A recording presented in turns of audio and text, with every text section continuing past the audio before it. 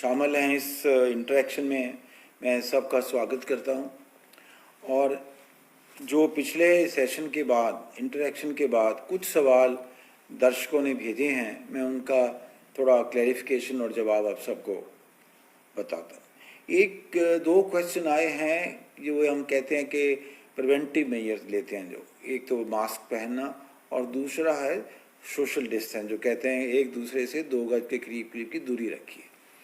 तो किसने लिखा है कि 2 गज की जो दूरी वाला जो एक पैरामीटर है, अगर कोई लोग नहीं फॉलो करते तो उनको फाइन क्यों नहीं, कोई पनिशमेंट क्यों नहीं देनी चाहिए।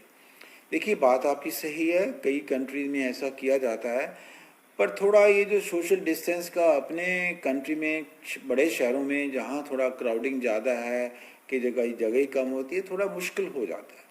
इसलिए हम इसको, मेरा ख्याल है, टू गो टू पनिशमेंट थोड़ा सा डिफ़िकल्ट हो जाता है। पर आपकी बात सही है कि ये भी जो जहाँ एक तो हमें ऐसी जगह पे जाना नहीं चाहिए जहाँ के क्राउड हो, जहाँ ज़्यादा लोग हों, ताकि ये सोशल डिस्टेंस आप नहीं फॉलो कर सकें।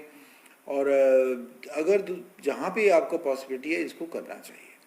और यही है कि ये थोड़ा हमें सबको अपने मन में रखना है कि कोशिश करें हम एक दूसरे से थोड़ा ये डिस्टेंस रखने। इसका मतलब ये नहीं है कि कोई दूरी है, इसका सिर्फ मतलब यही है कि कहते हैं अगर किसी को इन्फेक्शन है, कोविड है, तो अगर वो जब भी सांस लेता है या बोलता है या वो खांसी वगैरह करता है, तो ये जो ड्रॉपलेट होते हैं वायरस के बाहर आते हैं। तो जब बाहर आते हैं तो इनका कुछ डिस्टेंस है कि 2 गज के करीब करीब 5-6 फुट के अंदर अंदर ये ट्रैवल कर सकते हैं, फिर बाकी नहीं तो ज़मीन पे गिर जाते हैं। तो अगर आप इतने डिस्टेंस से उससे दूर हैं तो, और आपको तो इस चीज़ की इन्फेक्शन होने का कोई चांस बहुत बहुत कम हो जाता है। तो इसलिए इस चीज़ का जो है मतलब इसकी जो है अहमियत है या इसका जो इम्पोर्टेंस है कि हम एक दूसरे से 2 गज के करीब करीब अपने आप को दूर रखें। और दूसरा जो मास्क वाला इशू है, वो भी आपको पहले भी हमने उसके ऊपर बहुत थोड़ा डिस्कस किया है, मैंने एक्सप्लेन किया है कि मास्क वगैरह क्यों पहनते हैं।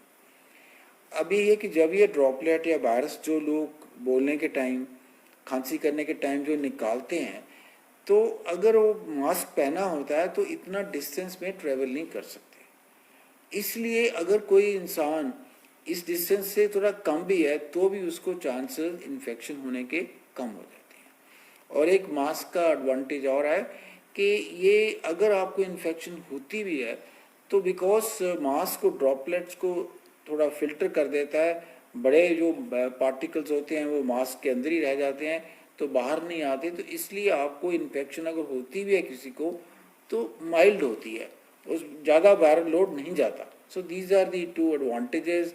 अब जो सवाल आया कि मास्क किस तरह का पहनना चाहिए, देखिए मास्क 3 तरफ के होते हैं। एक तो है, हम N95 मास्क कहते हैं उसको। N95 मास्क जो है ये सिर्फ हॉस्पिटल एरिया के लिए है, जहाँ पे इन्फेक्शन ज़्यादा होती है, जैसे हॉस्पिटल हैं, पेशेंट एडमिटेड हैं, तो वहाँ पे ये N95 मास्क यूज़ किए जाते हैं। इसको पब्लिक के लिए कोई ऐसी एडवाइस नहीं है कि पब्लिक को रूटीन पर्पज़ के लिए, रूटीन आप बाहर जाने के लिए आप N95 मास्क का यूज़ करिए। ये सिर्फ हेल्थ वर्कर, हॉस्पिटल वर्कर के लिए ही एडवाइस्ड है।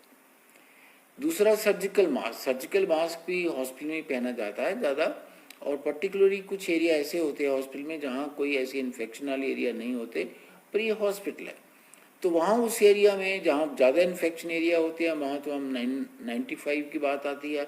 जहाँ नॉन कोविड पेशेंट रखे जाते हैं या कोई इस तरह की इन्फेक्शन जिस एरिया में नहीं होती हॉस्पिटल के, वहाँ पे सर्जिकल मास्क होते हैं यूज़। कई लोग सर्जिकल मास्क बाज़ार में मिलते हैं, बाई करके केमिस्ट से यूज़ करते हैं, पर सर्जिकल मास्क का ये है कि आपको वो यूज़ करने के बाद नेक्स्ट आपको डिस्पोज ऑफ करना पड़ेगा। वेयरएज द थर्ड जो मास्क जो आजकल आम पब्लिक के लिए एडवाइज्ड हैं, पब्लिक के लिए बिल्कुल ठीक हैं, cloth mask, double layer cloth mask होते हैं, वो भी आपको जो वायरल लोड आप फिल्टर करते हैं वो भी आपको बचाते भी हैं। अगर कोई इन्फेक्शन है तो वो पार्टिकल दूर नहीं जाते। सो हम रूटीन पर्सन के लिए, पब्लिक के लिए, कॉमन इंसान के लिए यही है कि आप क्लॉथ मास्क घर पे बना लीजिए, क्लॉथ मास्क यूज़ करिए, और डेली जब आप वापस रात को आते हैं घर में, शाम को आते हैं, तो उसको गर्म पानी और सोप से वॉश कर लीजिए, तो नेक्स्ट डे आप उसको फिर रीयूज़ कर सकते हैं। तो ये all over the world this is a recommendation that cloth mask are very protective for common person, because आप तो एक कॉमन एरिया में जा रहे हैं, आप कोई इन्फेक्शन एरिया में नहीं जा रहे हैं जहाँ पे ज़्यादा इन्फेक्शन होती है। सो ये दो इशू थे।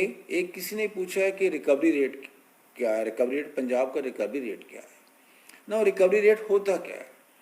रिकवरी रेट देखा जाए इस बीमारी में, कोविड-19 में 97% लोग रिकवर करते हैं, 97 to 99 भी लोग कहते हैं कि लोग रिकवर करते हैं।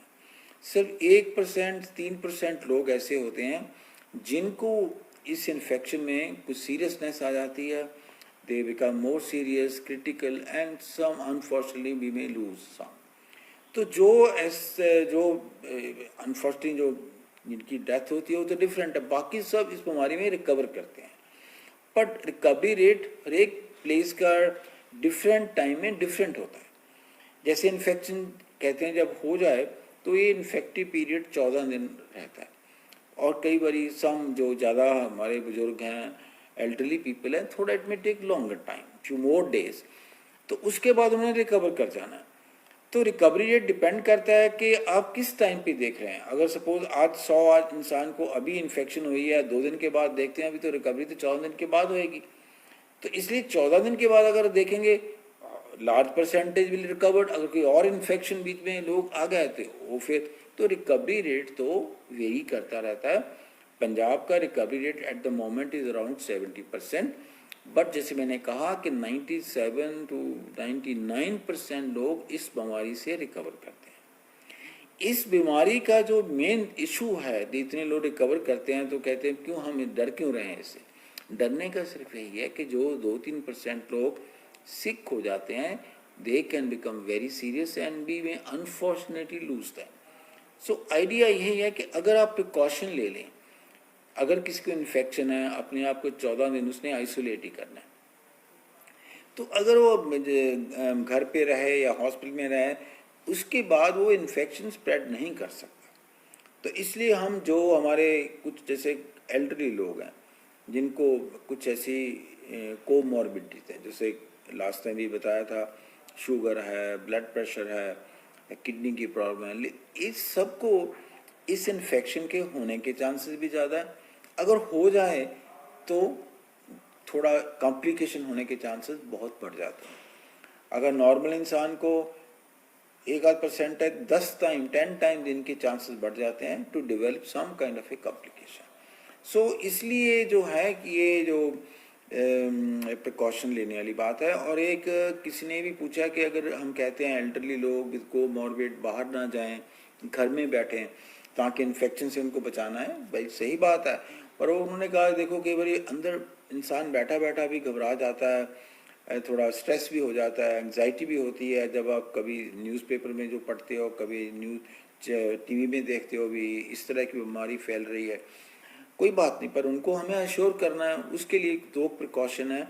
एक तो मेक श्योर कि उनकी जो बीमारी है उसका पूरी दवाई ठीक चल रही है, किसके ब्लड प्रेशर है उसका अंडर कंट्रोल है, शुगर है अंडर कंट्रोल है, तो जो भी उसकी दवाइयाँ हैं वो ज़रूर वो प्रॉपर टाइम पे ले रहा है और प्रॉपर जिस तरह भी प्रिस्क्राइब है उस ले रहा है, तो उसके इन्फेक्शन के चांस कम होते हैं।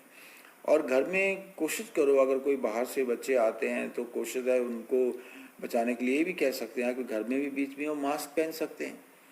और जो एंग्जाइटी वाला इशू है उसका तो सच्ची बात है वो बेस्ट यही है कि थोड़ा रिलीजियस सॉन्ग्स वगैरह, भजन वगैरह, कीर्तन वगैरह घर में लगाते रहिए, या टीवी में जो ऐसे सीरियल अच्छे आते हैं वो उनको देखते रहें, और थोड़ा बहुत एक्सरसाइज भी करें रेगुलर, घर के अंदर ही वॉक कर लें।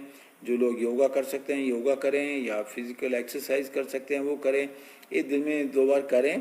तो एक्सरसाइज करने से थोड़ा ये भी रहता है, नींद भी ठीक आ जाती है, क्योंकि ये भी मुश्किल होती है लोगों को अंदर के नींद नहीं आ रही जी।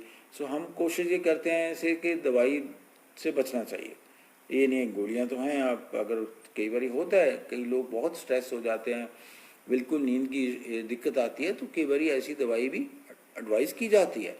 पर कोशिश ये करी जाती है कि आप अपने फिजिकल अभी थोड़ी एक्सरसाइज से थोड़ा अपने मन को शांति में रख के उस तरह अपना एंजाइटी स्ट्रेस को कम करिए। एक सवाल किसने पूछा है कि इसकी दवाई, देखिए कोविड की दवाई अभी तक कोई नहीं है। कुछ दवाइयों का फ़ायदा ज़रूर नज़र आता है, जैसे अभी ये डेक्सामेथासोन एक स्टीरॉयड होते हैं, बहुत बीमारियों के लिए वैसे यूज़ किया जाता है। ये एक जो लंदन की स्टडी रिकवरी ट्रायल है, उसमें ये एक डॉक्यूमेंट किया गया कि कुछ पेशेंट को अगर आप देते हैं जो सीरियस होते हैं, उस टाइम देने से उनकी ये जो कॉम्प्लिकेशन रेट कम हो जाता है और मॉर्टेलिटी भी कम होती है। पर अभी ऐसी कोई दवाई नहीं आई कि देखो जिसको हुआ और लिया और वायरल ठीक हो गया। ये नहीं है कि जैसे हम कहते हैं किसी को टाइफाइड हुआ, अब टाइफाइड की दवाई है, आप दवाई दे दो टाइफाइड ठीक हो जाएगा, उस तरह अभी इसकी कोई दवाई नहीं आई। बहुत रिसर्च आप कह लीजिए चल रही है दुनिया में कि कोई ऐसी दवाई आ जाए वो लोगों को इस बीमारी से बचा सके। वैक्सीनेशन का जरूर है, वैक्सीनेशन का आप पढ़ते होंगे, कई कंपनियां वैक्सीनेशन ट्राई कर रही हैं जो कि एक इफेक्टिव वैक्सीनेशन बन जाए इसके लिए, ताकि लोगों को इस बीमारी से बचाया जाए।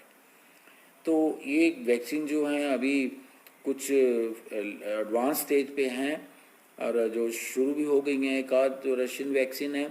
तो ये over time period I think in the next some months I think possibly we will have some effective vaccination.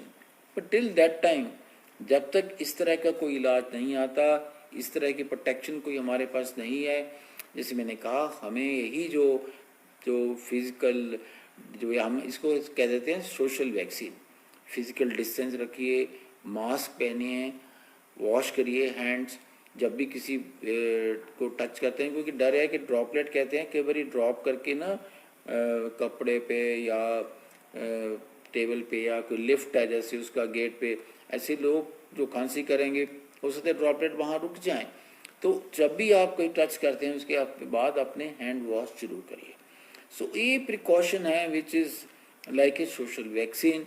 अभी इसकी दवाई जो है वो सच्ची बात है कोई ऐसी दवाई इसकी अभी नहीं है अवेलेबल, हो सकता है कि ऐसी चीज़ आ जाए। किसी ने पूछा है सीरो सर्वे।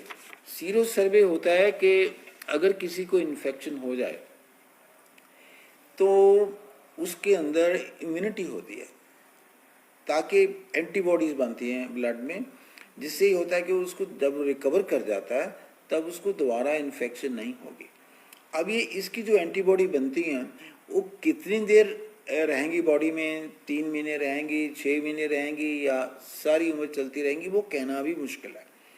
तो बट ये है कि जो तभी जो प्लाज्मा थेरेपी भी क्या है कि अगर जो रिकवर कर जाते हैं क्योंकि उनमें उनकी बॉडी में ब्लड में ये प्लाज्मा में एंटीबॉडीज़ होती हैं जो कि आपको प्रोटेक्ट करती हैं, से तभी उन लोगों का कोशिश किया उनको कहा जाता है कि आप प्लाज्मा डोनेट करिए, बिकॉज कई पेशेंट थोड़े सिक होते हैं, ये प्लाज्मा देने से उनको फ़ायदा हो सकता है। तो इसलिए ये सीरो सर्वे का पंजाब में हमने एक पहले ICMR ने किया था पंजाब के 5 डिस्ट्रिक्ट में, उस टाइम हमारी प्रेवलेंस बहुत लो आई थी। अब अभी दोबारा भी करने का है, प्लान चल रहा है, तो कुछ डिस्ट्रिक्ट में होगा। पर जैसे दिल्ली में हुआ था सीरो सर्वेलेंस, उसकी कुछ रिजल्ट आए थे कि 23% लोगों को इन्फेक्शन हुई है, एंटीबॉडीज़ हैं इस वायरस के लिए। पर इस बीमारी में एक और नई चीज़ आ रही है जो हम ये कहते हैं ना कि एंटीबॉडीज़ बनते हैं, प्रोटेक्शन देते हैं, इसको हम कहते हैं ह्यूमोरल इम्यूनिटी होती है। बट एक और इम्यूनिटी होती है जो सेल मीडिएटेड इम्यूनिटी होती है। अब जो ज़्यादा डाटा ये आ रहा है कि ज़्यादा लोगों में सेल मीडिएटेड इम्यूनिटी डेवलप होती है और उसके लिए टेस्ट करना कोई आसान नहीं है, तो हम टेस्ट नहीं कर सकते, कोई वो सीरो सर्वेलेंस पे नहीं पिक कर सकते। तो हो सकता है इस बीमारी में जो सेल मीडिएटेड इम्यूनिटी है वो may be very important, and that's why sero surveillance जो हम करते हैं 22%, 23%, वो it may not be reflection of the immunity in the public. So ये थोड़ा इसके तो साइंटिफिक डाटा है जो I thought I share with you, because इस तरह का सवाल पूछा गया। अब मैं एक चीज़ आप पे स्ट्रेस करना चाहूँगा, हो सकता है कुछ दर्शक जो हैं वो कुछ डिस्ट्रिक्ट जो हमारे पंजाब के, लुधियाना ले लीजिए, जलंधर ले लीजिए, अमृतसर है, पटियाला है, जो पॉपुलेटेड एरिया ज़्यादा है, जहाँ के पॉपुलेशन डेंसिटी ज़्यादा है, वहाँ ये इन्फेक्शन थोड़ा हो ही। आपको पता है कि रोज़ देखते होंगे लुधियाना में केसेस बढ़ रहे हैं, जलंधर में भी हैं। तो ये है कि और हमें ये थोड़ा तो इसको थोड़ा बहुत आई थिंक गवर्नमेंट की तरफ से और जो भी स्टेप हो सकते हैं कोशिश करी जा रही है ताकि स्प्रेड को रोका जाए, और जो पेशेंट भी थोड़ी तकलीफ में आते हैं उनका इलाज हो। और बेड की कैपेसिटी, जो मैंने लास्ट टाइम भी कहा था, स्टेट में adequate facilities have been develop, तो आपको कोई उस तरफ से इलाज की तरफ से कोई डरने की ज़रूरत नहीं, पर हमें कोशिश ये करनी है बीमारी से बचें। और मैं ये थोड़ा आपको इन्फॉर्मेशन थोड़ा शेयर करना चाहता हूँ। जैसे लुधियाना वगैरह में हमने देखा है, बड़े शहरों में जो पेशेंट आते हैं यूजुअली कहते हैं जी हफ्ता तक पहले बुखार हुआ था और मैंने थोड़ा जो लोकल डॉक्टर है हमारा जो RMP उससे दवाई ले ली, और कई गलियों में मोहल्लों में डॉक्टर हैं वहाँ पे, वो दवाई दे देते हैं बुखार के लिए। तो बुखार तो बिकॉज अगर कोविड है तो जल्दी नहीं हटता, और फिर 2-3 दिन के बाद उनको सांस शुरू हो जाता है, फिर तकलीफ बढ़ जाती है, तो फिर आप हॉस्पिटल में आते हो।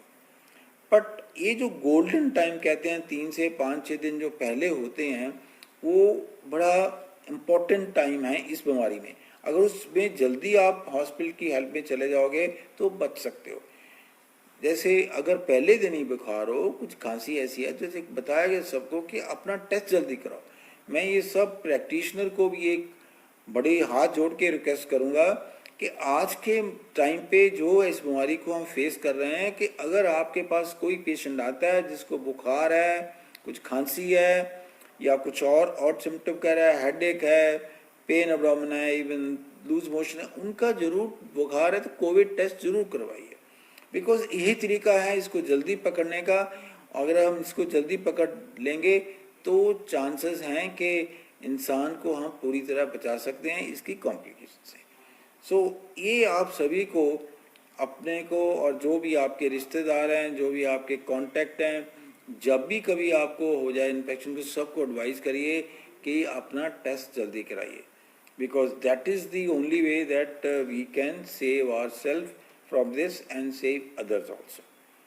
तो ये कुछ इस बीमारी के और जो मैंने आपसे शेयर करी हैं, तो ये आप ज़रूर प्लीज़ फॉलो करिए। और सबको अपना, देखो बच्चों को, पेरेंट्स को कहना चाहिए ज़रा प्रोटेक्शन करिए, अपना ध्यान रखिए, बिकॉज पेरेंट्स इम्पॉर्टेंट हैं। बच्चों को, बहनों को, भाइयों को सब समझाना, बिकॉज हमें ज़्यादा देखा गया है कि जो यंग लोग हैं, ठीक है, उनको इन्फेक्शन यूजुअली वो रिकवर करते हैं, बट द प्रॉब्लम इज वो स्प्रेड करते हैं।